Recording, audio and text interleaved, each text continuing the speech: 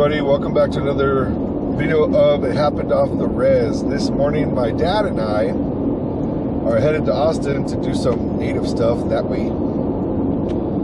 And I thought I'd take this opportunity to discuss a little cultural, political, happenings that happens. I don't even know how to explain it properly, honestly. But Daddy, why don't you introduce yourself? Miss Gary, I'm Cameron's dad.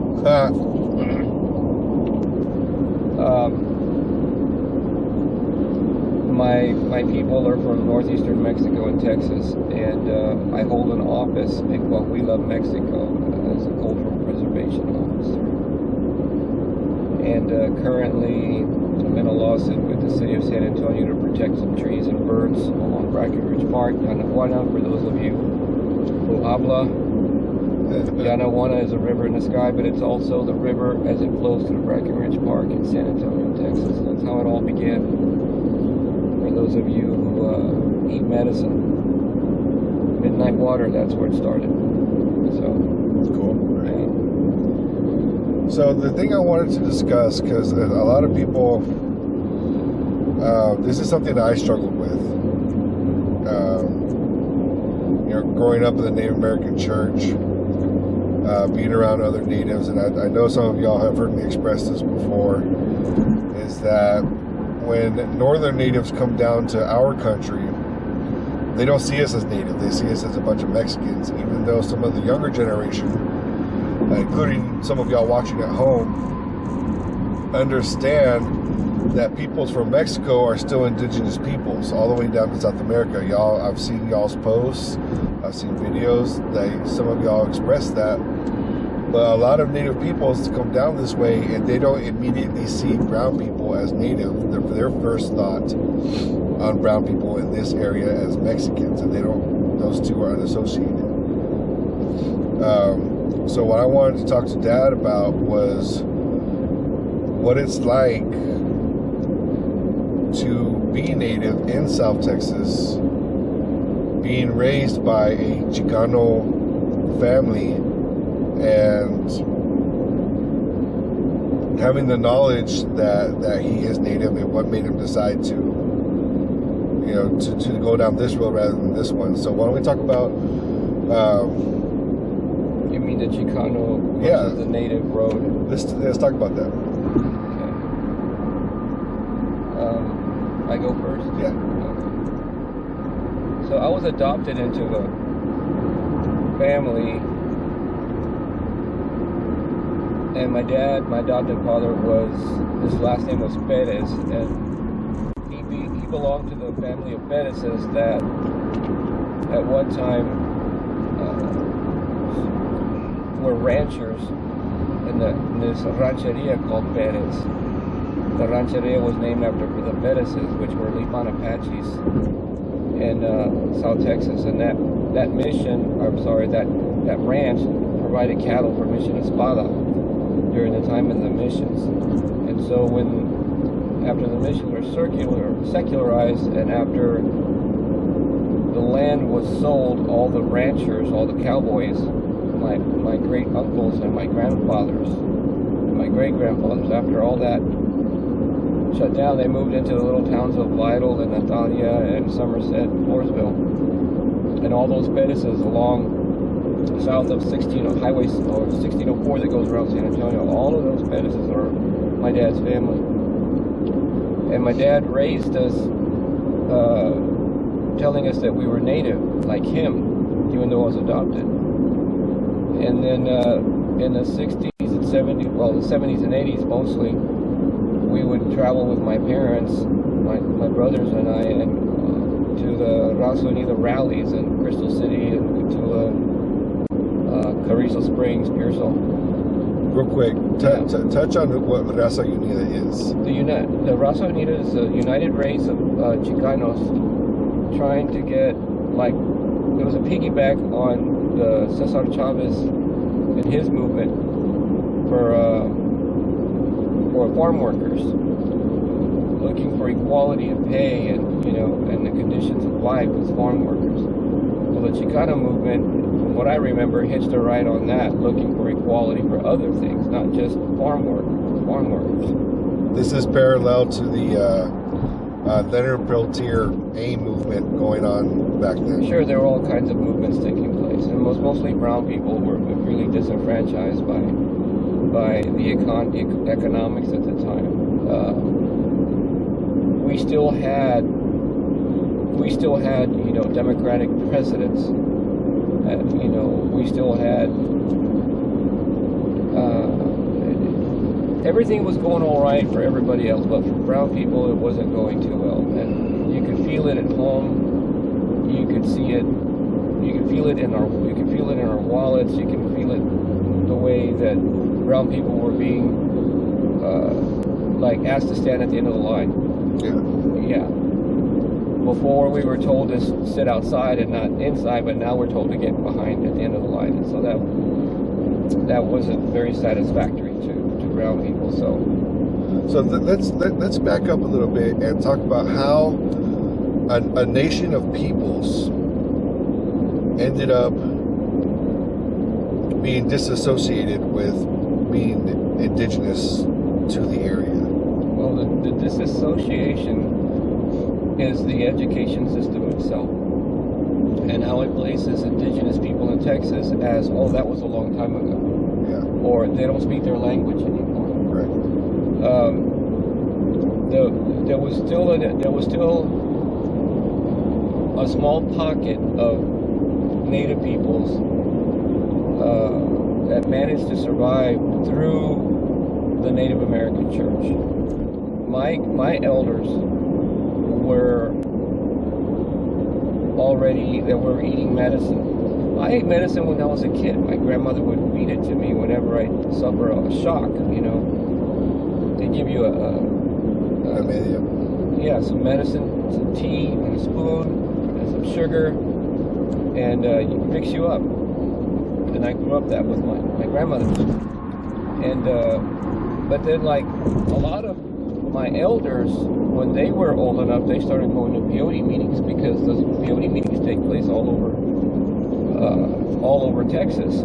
You know, Miranda City, where I was a caretaker of the peyote gardens, doesn't sit in a vacuum. That's not where all the peyote meetings take place. In Texas, they take place everywhere. And for the last, God knows how long, I don't know how long, but it's been a long time. Certainly during my mom and dad's time. But anyway, my parents didn't join the church, but they knew of it, and they knew that there was a central area for that.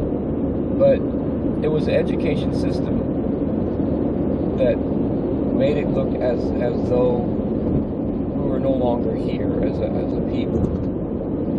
That we had been fully assimilated. As fully assimilated. However, there was one school teacher, Mr. Moore, in the 4th grade, that told everybody in the classroom, and I'll never forget that day, if your parents or your grandparents were born in the United States, you're more than likely a descendant of the Mission Indian peoples who built the missions in San Antonio. And not just those missions. There were missions all over Texas and all over Coahuila and Northern Nuevo Mexico. León, northeastern Mexico. And come to find out, on my birth mother's side, on my birth parents, not my adopted parents, my birth parents, my great-great-great-great-great-grandparents were being baptized in a town in Coahuila called San Fernando de Austria, just about 6 miles from where Mission Valero, the Alamo, sat before it came to Texas. So our peoples, my family tree has mission Indians throughout the Rio Grande River and over into Texas and then into far west Texas. So anyway, what my father knew intuitively and what I felt intuitively was verified through DNA, through my family tree, and indeed I am a Mission Indian descendant. My people have been here for thousands of years, and So, here I am. so you're growing up in this small town, Pearsall, Texas. It's not exactly the heart of where Tejano culture started, but it's in the area. It's in the vicinity. It plays a major role in everybody's lives. Chicanoism, Tejanoism. It's not so much. It's turned into a cultural identity for peoples in South Texas. Why not stick with that?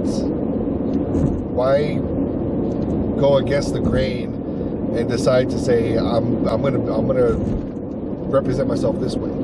You know, I had that conversation with your grandfather maybe 35 years ago,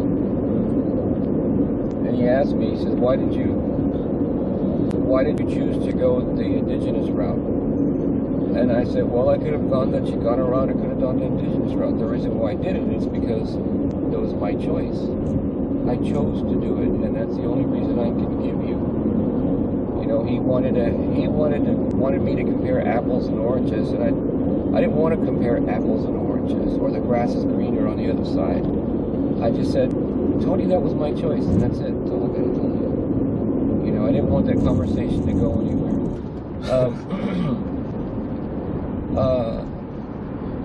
And so you touched on something. The Tejano is still there.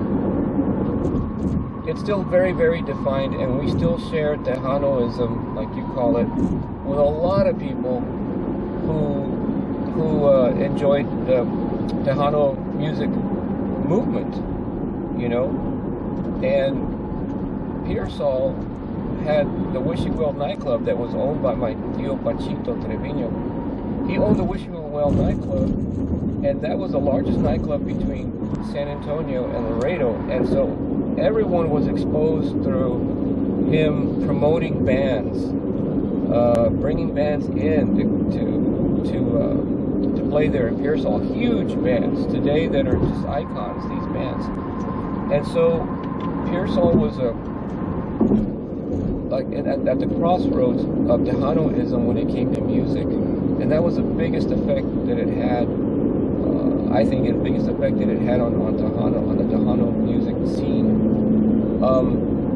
But choosing the indigenous wasn't necessarily like putting on a costume or a traje or, you know, regalia. The decision to move more towards my indigeneity was because of the Native American church itself, and the peyote culture that I grew up in through folk healing, folk medicine. Well, now it's a church, and it fascinated me that something that I enjoyed when I was little is being enjoyed by 250,000 members. You know, people are still getting healed in peyote ceremonies. People are still being doctored, just like I was when I was a little kid. You know, but we didn't call it a church. We called it grandma. Yeah. So I didn't slip into a different skin. I just decided to go in that direction because there were other components about Native culture that I believe were Tejano in its roots. The language certainly is one of them. The geographic locations in the state of Texas.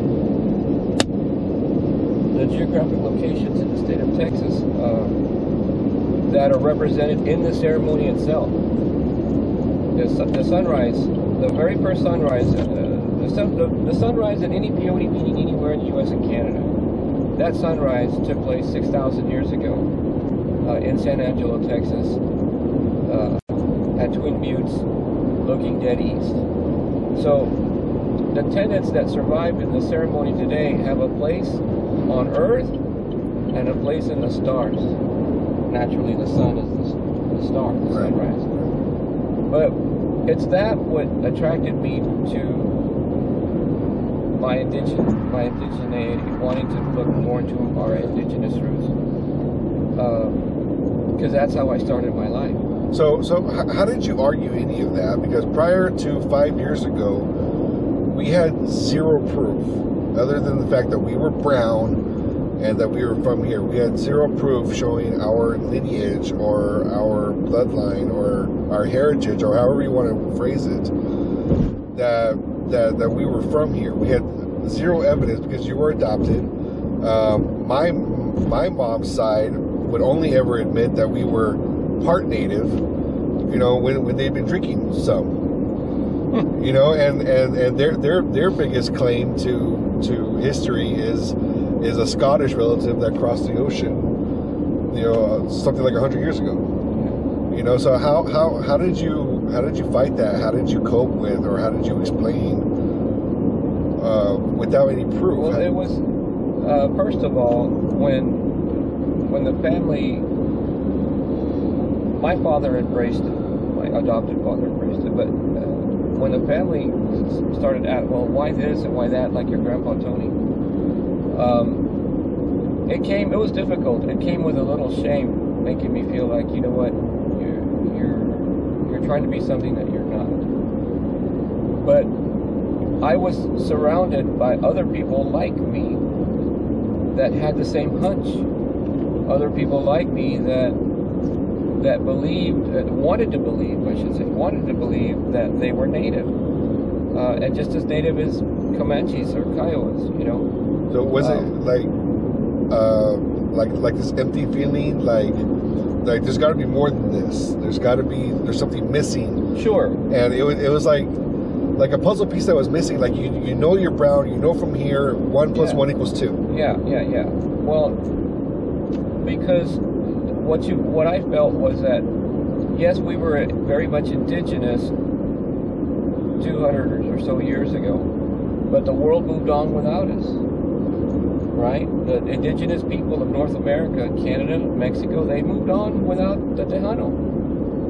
And I felt like, well, we need to run to catch up. We need to catch up. We're falling behind. We don't know our culture. We know very few words in our own language. How did that happen exactly? Because Native peoples all over North America and Canada and Alaska are still able to identify as native, having not lost, enough culture to associate themselves any other way. Right. Yet people in South Texas have been disenfranchised or disassociated, however you want to put it, completely. Well, there was a disconnection. There's a direct disconnection to the land.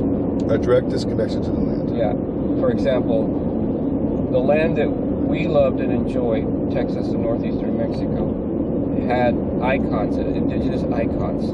One of them was the first woman who found peyote. Okay. And the story, right? She was lost in the desert, so forth and so on. Well, we learned over time that lost woman left the profile of her face along the landscape of Texas, the Nueces River. Well, that story was demonized over the last few centuries into La Llorona, something people in California and New Mexico, brown people know as La Llorona. Well, La Llorona was one way to detach us from the land, stay away from the river. There's a woman there, and she drowned her 3 children, and she's going to get yours. And so there's this demonization of the land itself. Devil's River, Devil's Sinkhole, Devil's Backbone. It's just a continuous bombardment by religion that you don't pay attention to the land anymore.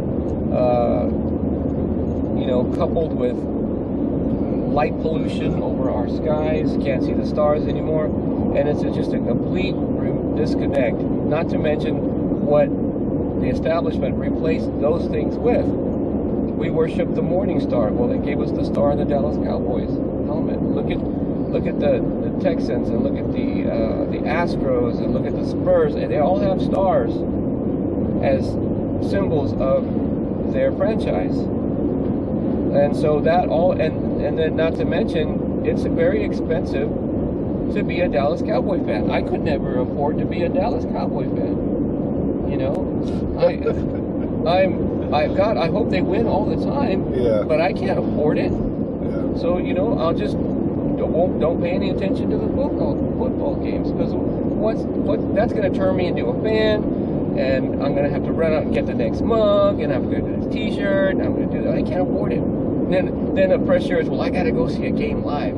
You know, that's $2,000 or $3,000 for one person to go see a live football game in Dallas. You know, I can't afford it. So you're a young man. Fred, you know, you just left Pearsall. You've had this inkling in the back of your mind of your own personal identity that is beyond the norm, especially in your family where you've come from, and you're in your mid to late 20s. You still have no idea who you are because you've been adopted, and then you make a decision. Did it happen that fast that you decided that you were going to pursue or look for answers about your identity? No, it didn't happen that fast. It didn't, because I was trying to raise a family. And blame me. Oh, you poor idiot.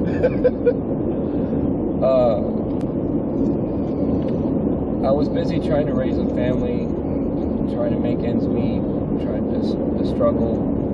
Raising a family is the most difficult thing on earth that I have ever had to deal with. And you're responsible for the lives of your children, and you have to get out there and you have to hustle, and that took up a lot of my personal time. I still managed to work on myself as a person, and still managed to work with the community as a leader, and I found a lot of comfort in that. It wasn't until I got older and had the freedom, a little bit more freedom, to go out and venture into my indigenous roots, and it was through the Native American church that I was able to get back to it. And the church, the Native American church, didn't whisk me off into, you know, some sort of fantasy land or fantasy world. My questions about the church itself were about trying to identify what it is in the church and the ceremony itself that remains to be Tejano. And I went after that. When I was introduced to the rock art, the White Shaman mural, and discovered it was a map of Texas associated with peyote. Then I realized, you know what? It's all Tejano. All of it. The peyote ceremony, the peyote, you know, the way, all those different fireplaces, all those different ones, start-stop stations in the ceremony, morning star, evening star, that's all Tejano. And that then solidified my beliefs that I was born at the right place at the right time to learn and to give back to my people. That's the whole of it all. While enjoying the Native American church and different tribes, Comanches and, you know, Kiowas, while enjoying my relationship with them, and then as I got to know my culture better, the ceremony better, the rock art better, then I myself was able to work with the tribes, giving feedback. They'd ask me something, I'd tell them something. I'd ask them something, they'd tell me something. And we built a good relationship, learning more about the culture. And then asking them, you know, stop at the springs on the way down. Stop at on Highway 90, there near Comstock. The painting's right there. Get off of your car, there's parking space. Say a prayer, you know, and they do it. Canadians, you know, different ones. We've enjoyed now for years this relationship that Too few of us have now with northern tribes. And some of us fake it till you make it, you know. But that doesn't cut the mustard. You know what I mean? But we're dealing with real issues in Texas, real issues, cultural issues, peyote issues. You know, I'm working towards keeping more and more of our medicine in Texas, and then as a cultural preservation officer for the Coahuila, Mexico, as not having any medicine removed from our state of Coahuila.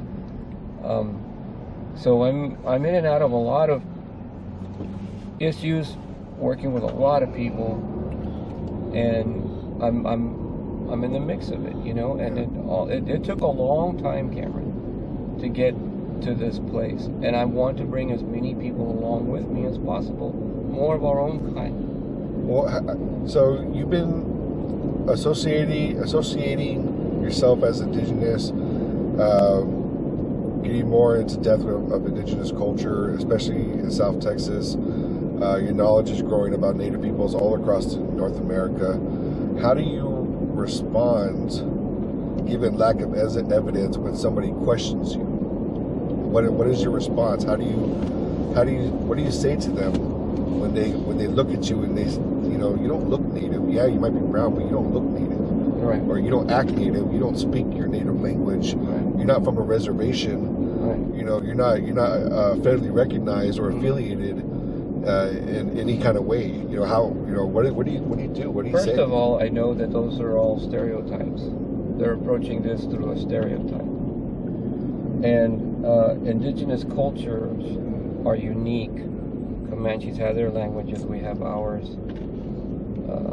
We have our songs. Canadians are different from Pueblos. And instead of trying to paint a picture of what an indigenous person looks like or what he should or shouldn't be doing, you should be looking directly at, let's say for me, for example, ask me about my cosmology. Ask me about where the first sunrise took place and when. Ask me where the deer is in the sky. Ask me where the deer is on Earth or in the underworld.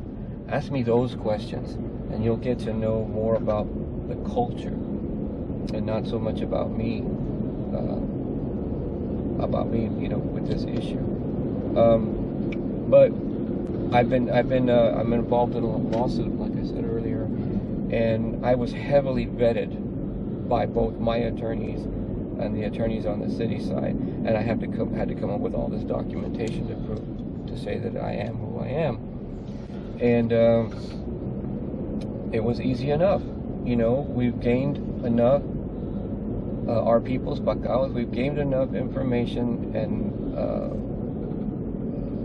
here and in Mexico that we are who we say we are. I'm a published author. You know, I'm about to publish another paper on the cosmology, the astronomy within the cosmology of our peoples regarding the missions here in San Antonio. So we're gaining. We're not done yet. I don't think maybe we're not even halfway there. But sorry guys, our last video got cut off and the battery died. So we're gonna move on in the topic. So when people outside of Texas, even people inside of Texas, when they think about Texas, they think about, you know, the birthplace of the rodeo. They think about cattle, agriculture, Dallas Cowboys, the cowboy. You know, they think everything's bigger in Texas. All these things that when people think about Texas, even if they think about indigenous peoples of Texas, it's Comanches and Apaches and Kiowas and, you know, all those native peoples that they've seen on Lonesome Dove and all those, you know, all those other what do you call it, Red River, all those John Wayne movies. Mm-hmm. You know,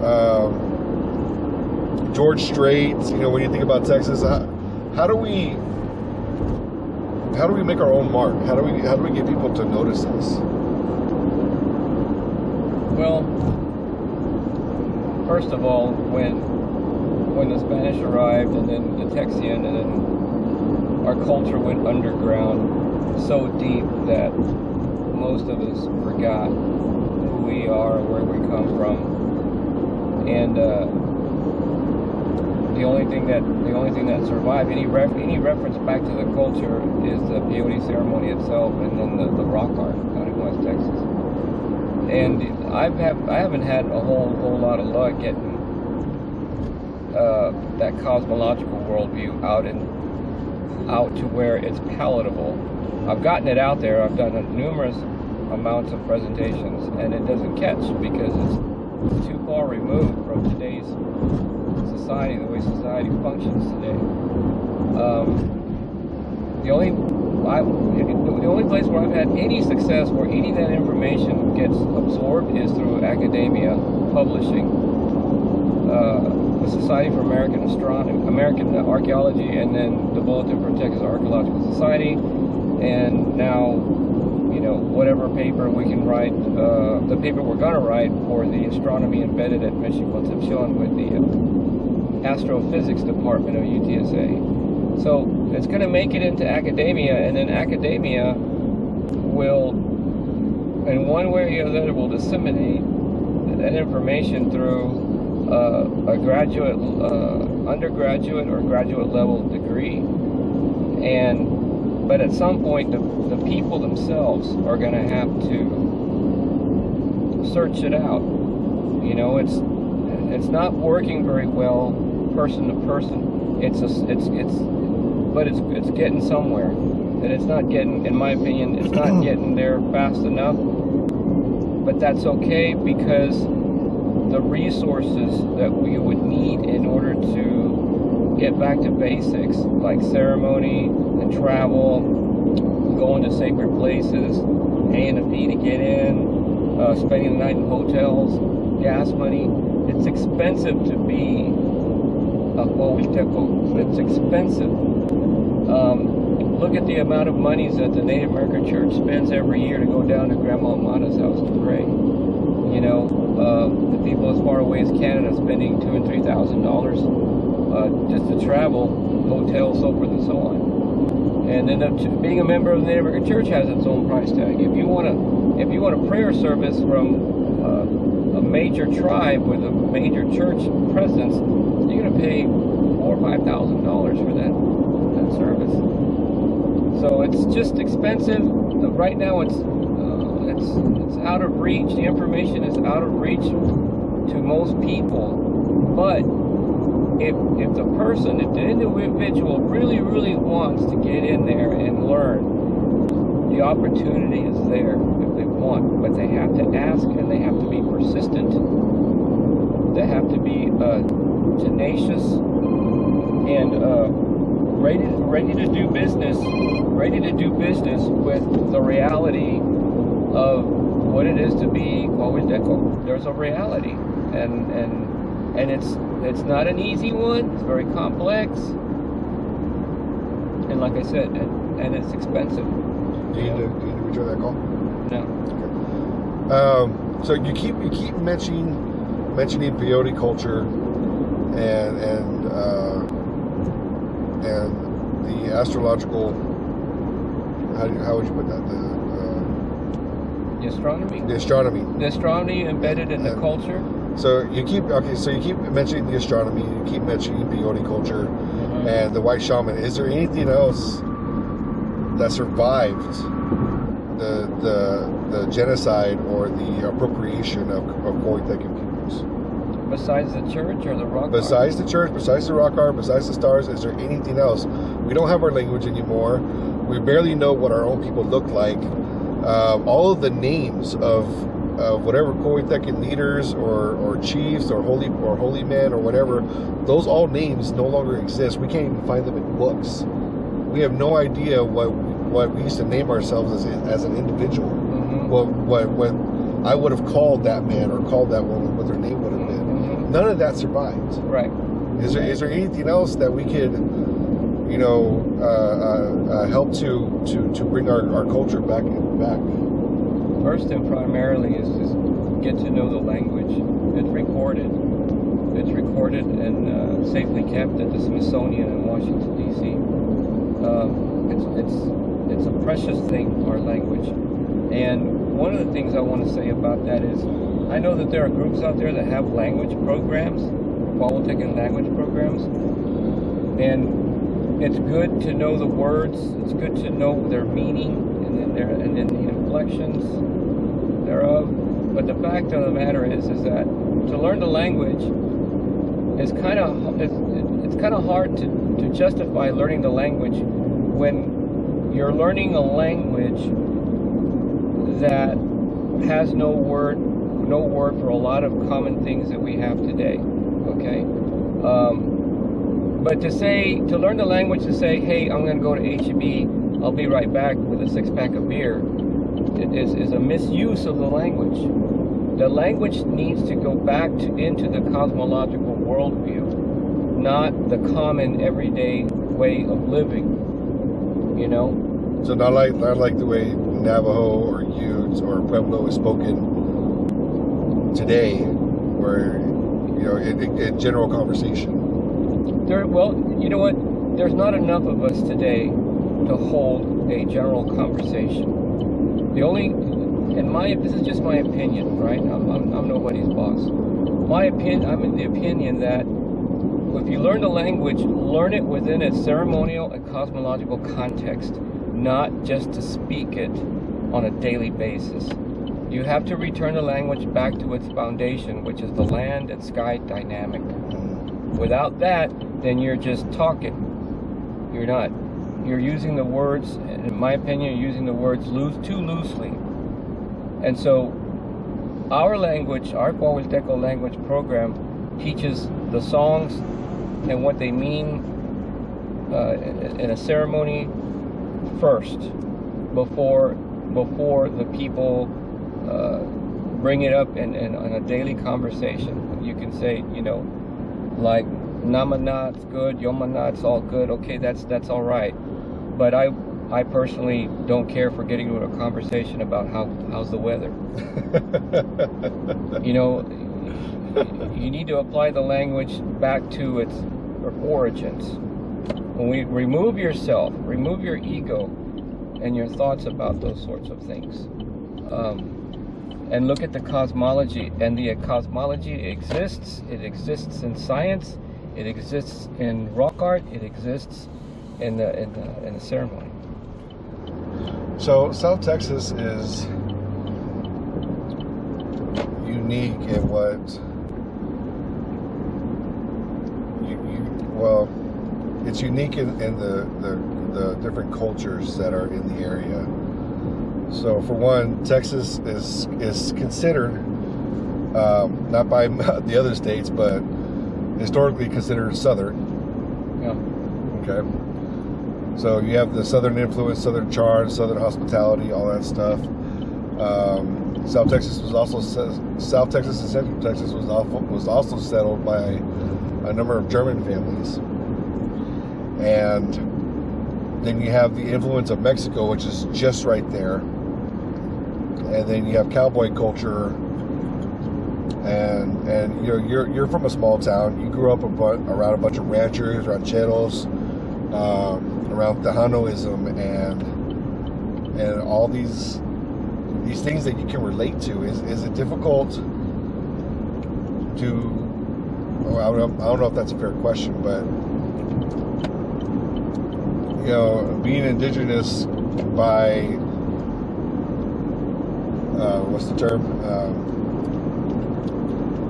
By stereotypes, at least as far as stereotypes are concerned, and indigenous people act a certain way, whereas you could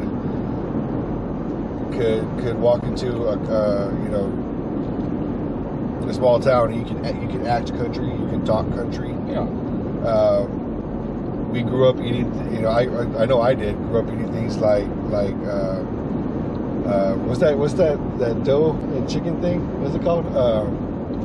Chicken and dumplings. Chicken and dumplings. I grew up eating southern foods, and my grandfather was a hunter.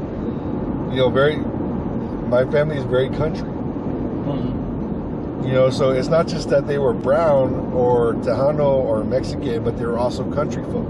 Yeah. Is it difficult for you to put on a persona or put on an identity that you're comfortable with? We have all these influences in your background. Well, there's this saying, when in Rome. When in Rome? Yeah. So you fluctuate. Sure, you got to be flexible. If you're around a bunch of Chicanos, you're speaking Tex-Mex the entire time. Yeah. Or if you're around a bunch of Tejanos, you're having a Lone Star beer. You gotta you gotta get along with everybody, so you have access, and maybe access to power, and maybe one day a seat at the table, where you're part of the power structure that's making the decisions. Sometimes it's not a good place to be because you see the discrimination behind all that power. That is definitely true. That is definitely true. I mean, you could. At one point, you worked for some very old money out of San Antonio, and you yourself sat down in a meeting where these power people were discussing the price of beef for the following whatever years. Yeah. And you got to see firsthand and even express yourself how one set of people looks at a demographic, and then you express your own demographic. And in relation to something as simple as beef. Yeah. So they could be sitting at the table, having a seat at the table is extremely important. So you have the bird's eye view of what decisions are being made at the table that it's going to affect everybody else, not just brown people. So. But like I said, it can have its bad too. But at least we're not left out of the process. You have to work at it. You can't just say, I don't like non-Indians, or I don't like Mexicans, or I don't like blacks, or I don't like whites. You can't do that. You have to negotiate your presence everywhere you go, so you have a good understanding of where you stand with other peoples, other cultures. Understand the power structure that we're all in. Unfortunately, that my experience says we don't have a lot of say so in the power structure. Within the power structure, we just don't. And the only thing afforded to us as brown people, or as natives, or as Tejanos or Chicanos, is the law. And the law is there to protect everyone, especially when it comes to religious freedom, so forth and so on. The laws are the only what creates a real balance between us and them. Us meaning the marginalized, and them the ones who take everything. And you have to fight. You can't just sit there and let it happen in front of you. You might as well give them the match to light the fire. You have to fight. And without a fight, you've given up, or even worse, like a lot of so-called native peoples, you sell out. You take money from the powers that be, and now you've got them in your back pocket, and they can push your buttons any way that they want. And so then you become this token. Right. Stay away from that. Stay away from it. So 30 years go by, and you've worked towards your own personal cultural identity, the identity of your family. You've embedded yourself in the Native American Church. You're a part of different indigenous communities, both in San Antonio and across North America. People consider you family, relative, and then there are those who point a finger at you, and they say that you can't. Even after 30 years of being a part of this community, that they tell you that you can't prove it. And then all of a sudden, one day, Autumn does her thing and says, "Here, Daddy, here's proof." Yeah. On paper, birth certificates, records, by the Catholic Church, going back 200 years. Proof. 1580. To 1580. I beg your pardon. Almost 500 years. Yeah. Here is absolute, undeniable proof that you are exactly who you've been claiming to be for the past 30 years. Yeah. How did that feel? I mean, was it a form of validation, or you're just like, see? It was good, but I knew even with proof that people were still gonna say no, because I'm not they were placing the burden of proof on me to prove who I am, and I knew that once I provided it, they were still gonna walk away saying no, we don't accept that, because it's the message that I'm bringing that I want accepted, not me.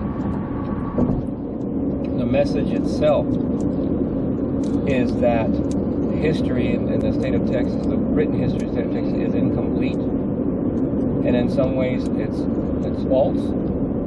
In other ways, it's being withheld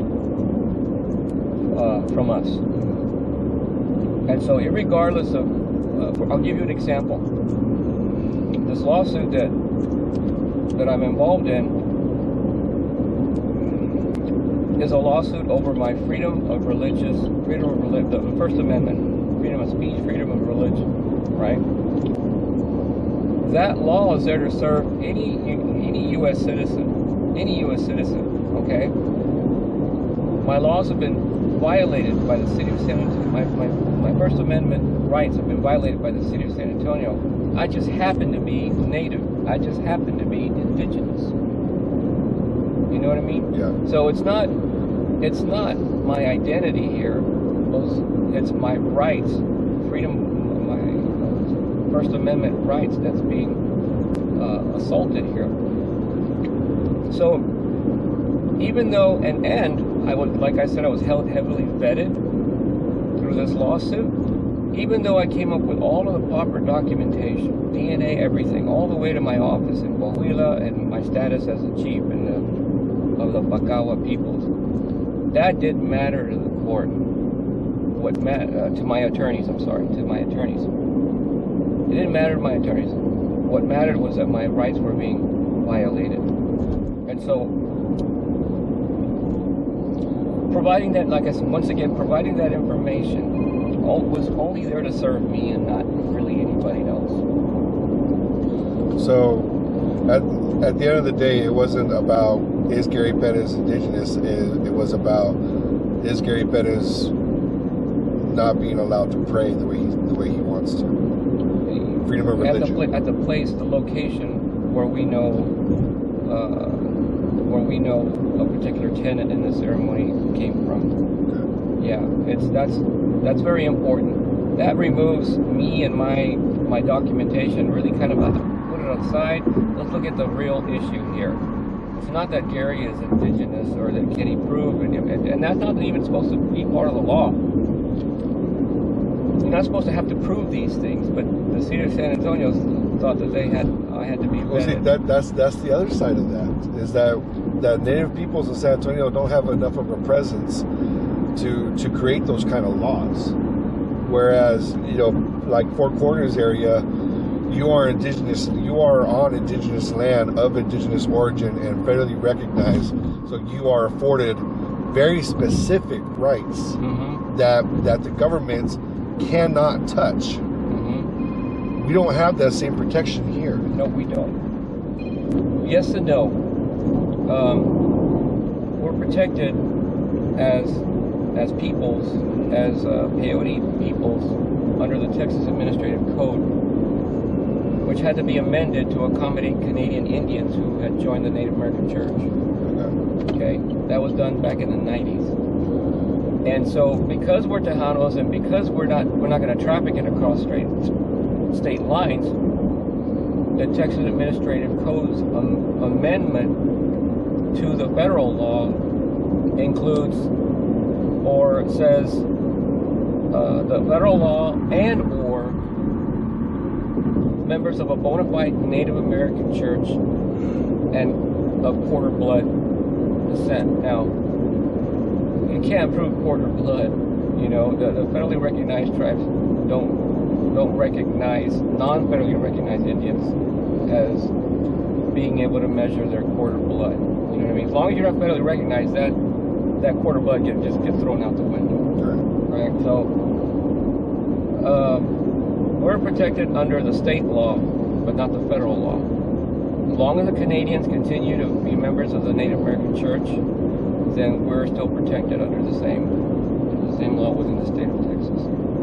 So as soon as that Texas Administrative Code was changed and amended, the law was amended, you had Tejano and Chicano churches popping up all over the place that had already been there, but didn't have this protection that we have now. Okay. So very recently, you and a bunch of other Coahuiltecos got together and petitioned the government of Coahuila in Mexico. That wasn't a petition. The government of Coahuila came to us and some of our congregants, I guess if you want to call them, our people, our families, and said, hey, there's no indigenous representation of Coahuila for Coahuiltecos, Lipan Apaches, Muskogos,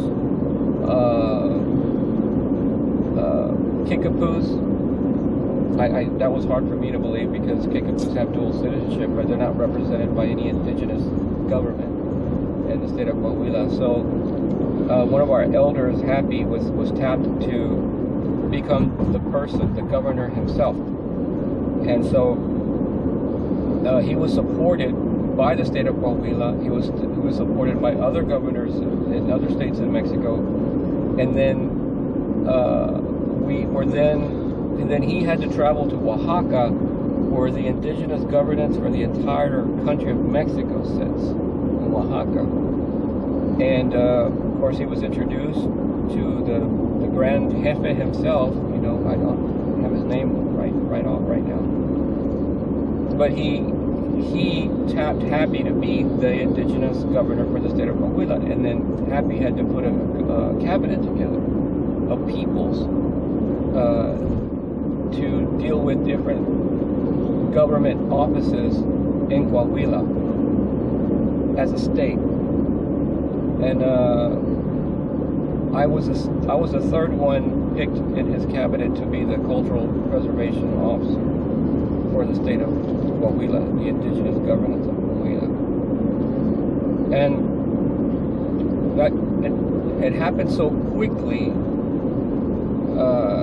that it made my head spin, because one moment we're a people unrecognized anywhere, and the next thing you know, we're a people recognized in the state of Coahuila, but also, for the most part, members of the governance of the indigenous governance for the entire state of Coahuila.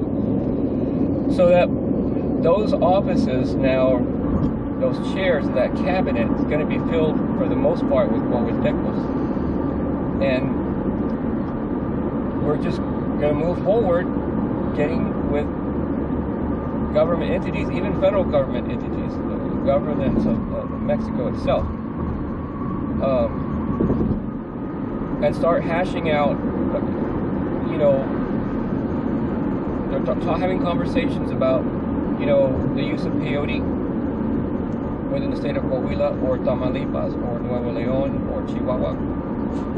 Access to peyote, monies to provide for offices, transportation for our governor, and what would be called a vice governor, or myself, and just start, you know, getting research for all those things, networking, a computer, an office, networking with other tribes to see what do you all need. A business card, a stamp. We're trying to avoid those things. A bumper sticker. No bumper stickers. So, you know, honk if you're Coahuilteco, you know. But no, we're there primarily to serve the people, to take a look at the resources within. We have land there too,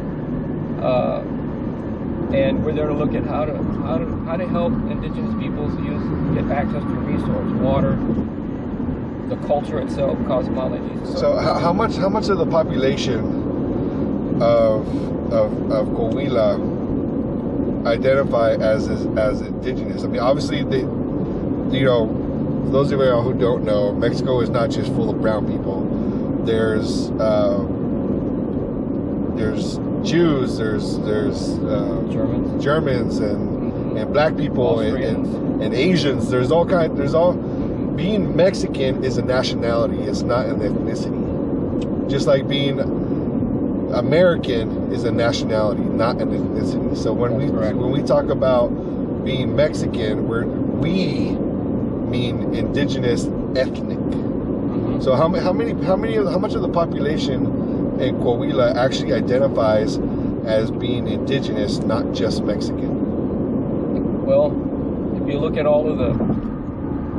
where all the missions, there were more missions established in Coahuila and Nuevo Leon than were ever established in the state of Texas. Right. So it's those people that still go to those churches that were once missions and they survived. Those are the people who know and consider themselves as indigenous. Whether they consider themselves Coahuiltecos is another matter. But they do know that they're indigenous. We even have a church, a mission that survived, the Santo Niño de Peyotes. Okay? Those people that go to that church consider themselves indigenous. Now, they're Coahuileños as citizens of the state of Coahuila, but whether they add a native connotation to that is something else. We will be reaching out to those communities and asking questions like that, creating surveys and, where are the indigenous people and how do they need to be served? Is everybody getting in these communities, especially the ones that were built around the missions and the churches that survive today?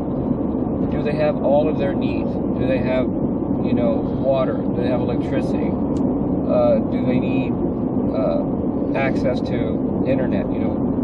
It's hard to know what it is that those folks need. The last thing we want to do is go into these places and proselytize and say you're Indian and this is what Indian is and this is what you need to do. That's not what we want to do. So we're strictly talking about an indigenous people in Coahuila as an ethnicity, and not trying to force any kind of cultural label on them. A label, or even force the cosmological worldviews that we have. That because they're very Catholic, they're very far removed from those traditions, and we don't want to force that on anybody. But so it's kind of like going to a high school on the reservation where most of the kids don't even speak their native language or identify with their culture ceremonially in any way. They are who they are by blood, not by culture. Right. Right. Yeah, and then we'll make it very clear that the culture or the cosmology is accessible. And what we're going to do is we're going to put the cosmology out there and compare it to what exists today, which is really the quickest thing is the demonization of the culture, the Cucuy, the La Llorona. Explain to them this is what it really is, this is what it really means. La lechuza. Yeah, those things, and say, okay, remove the veil of colonialism remove the veil of colonialism and show them the truth about what these things really are and whether or not it resonates with them. I know folks always want to learn. People want to learn. We have a better chance of gaining more support for the cosmology in Coahuila, or in Mexico for that matter, than we do in Texas, because we have been so homogenized and understand so little about indigenous cultures. When like you said earlier, when you think about indigenous peoples of Texas, you think about all the high frequency names, Comanches, Kiowas, Apaches, those guys. Nobody thinks about the Coahuilteco. Nobody thinks about the ones who have been here since before the colonists arrived, before the Comanches came in, before the Lipanapanches came in. We were still here. We're still here, and I think 90% of the cosmological worldview is still intact. We still have it, and if your families are from Coahuila, Tamaulipas, Nuevo León, Central and South Texas, then we have something that belongs to you culturally. Right. Yeah, we have something that belongs to you, and if you want it, come and get it. So this entire time we've been talking about our identities culturally, not ethnically, because whether we identified as Native or not, we are who we are, whether we know it or not. Mm-hmm. So this entire conversation has been about identity culturally, not any other way. So whenever you identify either left or right or it all comes with its own issues, its own problems, bias and support. Mm-hmm. Did you at any point did you think it'd be easier just to identify as Tejano or Mexican instead of indigenous? Sure. The thought had come across. It was too much work. It was going to be, where do you start? That's the tough thing. Mm-hmm. Where do you start? But I was already so deep in it that it didn't seem too much like a chore when I got into it.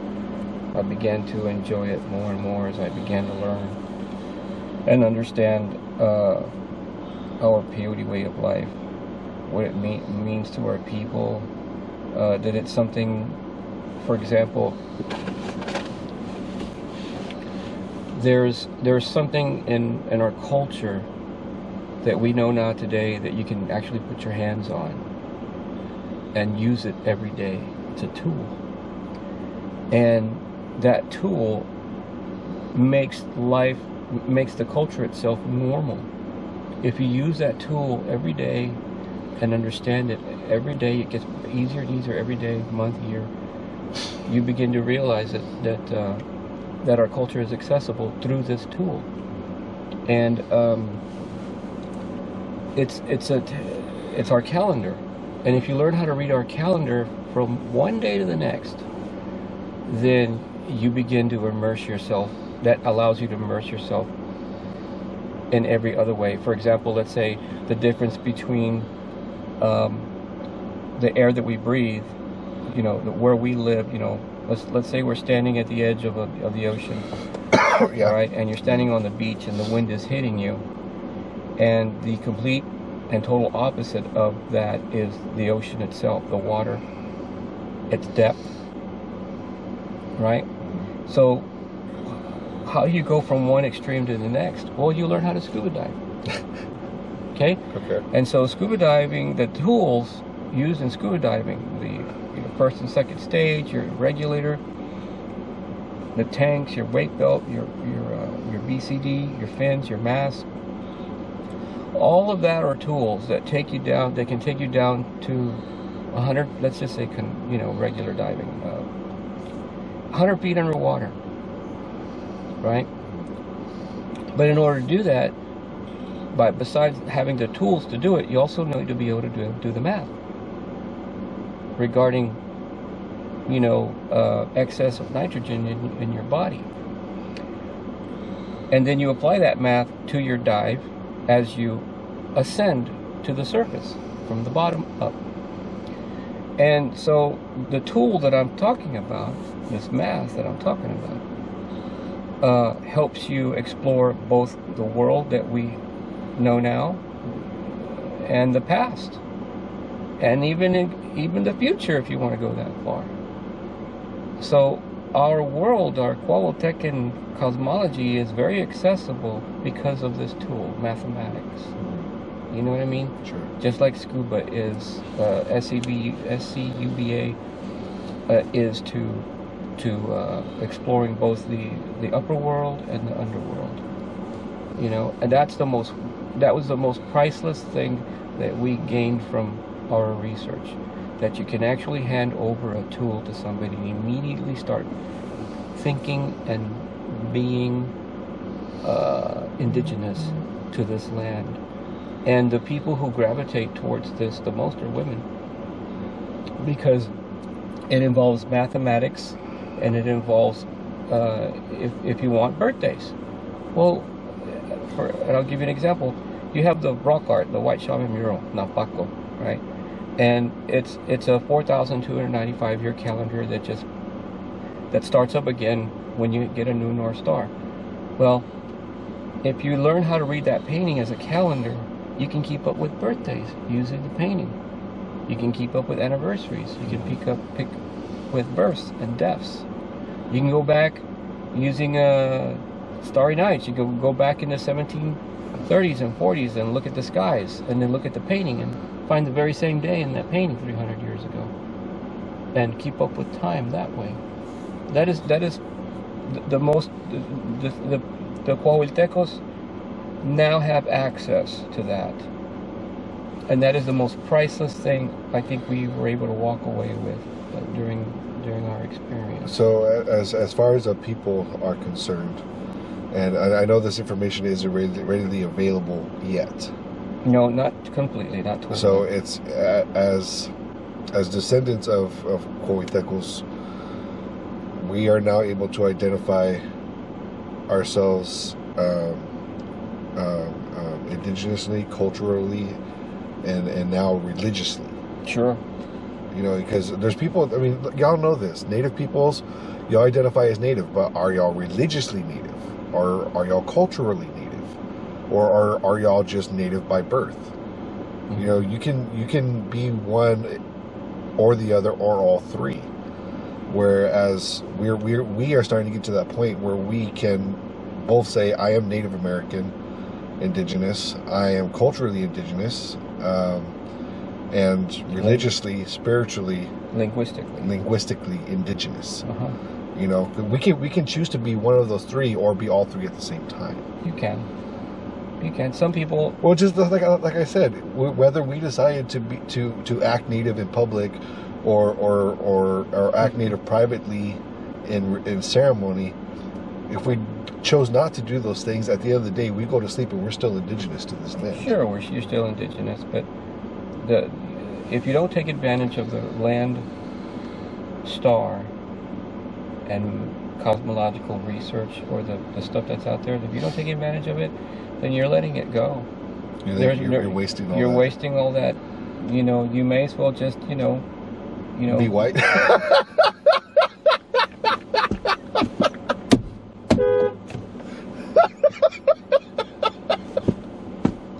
That was a bad joke. Well, you know, if you can't be indigenous, be German, because no, I think being Jewish would be awesome. German people are very tribal. They're the ones who came up with the Christmas tree. You know, we have a lot in common with German people. You know, I have a coworker who's getting really into his Nordic ancestry. Mm-hmm. You know, he's got like runes and a haircut. He's listening to Nordic tribal music, and mm-hmm. you know, I think that's really cool. Yeah. You know, yeah. Gosh, non-Indians finding themselves. That's what I liked about that movie Alpha. Have y'all ever seen that movie Alpha? It's about a Paleolithic group of peoples in Europe. Okay, and if you watch that movie, you see that these European paleo peoples acted and lived almost, you know, exactly similar to the native peoples of North America, South America, even Australia and New Zealand. That they had they were all culturally tied to their surroundings. Mm-hmm. And somewhere along the ways, you know, people of Europe moved away from all that. Their indigenous heritage. Right. So yeah, everyone's indigenous to somewhere. To somewhere. Yeah, it's better for you if you go back and you learn. Vine Deloria said about let's say the civil rights movement. Mm-hmm. He said in his book, "Custer Died for Your Sins," back in the 1968. He said that before black people tried to find equality among whites, that it might have been a better idea for them to climb the mountain, to climb to the top of the mountain, and to first begin to understand what it is to be black.